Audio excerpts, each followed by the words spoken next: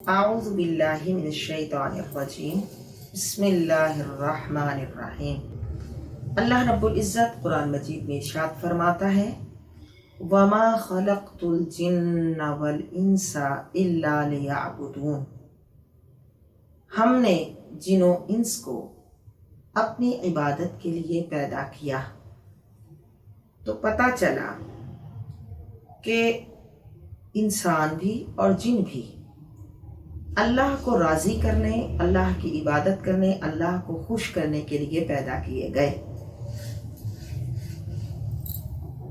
ان کی زندگی کا مقصد اللہ کو راضی کرنا ہے۔ لہٰذا جس طرح ایک مسلمان مرد کا اصلی قلبی تعلق اللہ کی ذات بابرکت کے ساتھ ہونا چاہیے، اسی طرح ایک مسلمان عورت کے دل کا تعلق بھی اللہ ہی کی ذات بابرکت سے ہونا چاہیے۔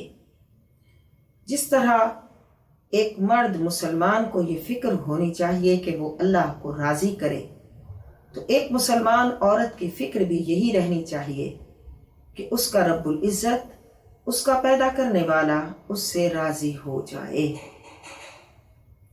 بعض خواتین کے ذہن میں یہ غلط فہمی پائی جاتی ہے، اور ہمارے معاشرے میں بعض خواتین اس طرح کی گفتگو کرتی ہیں کہ عورتیں تو مردوں کے لیے پیدا کی گئی ہیں کہ وہ بس مردوں کو خوش کریں۔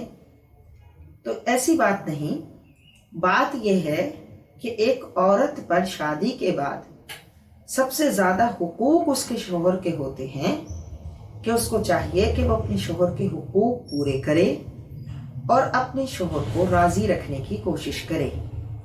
لیکن وہاں مراد یہ نہیں کہ وہ شوہر ہی کے لیے پیدا ہوئی، بلکہ مراد یہ کہ اس کا اصلی قلبی تعلق اللہ سے ہو۔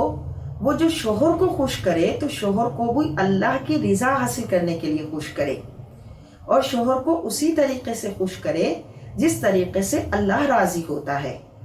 اگر شوہر کو راضی کرنے کے لیے اللہ کو ناراض کرے گی تو تب ہی اس کا عمل قبول نہیں ہوگا۔ لہٰذا عورت ہو یا مرد، سب کے سب اللہ کی عبادت، اللہ کو راضی کرنے اور اللہ کو خوش کرنے کے لیے پیدا کیے گئے ہیں۔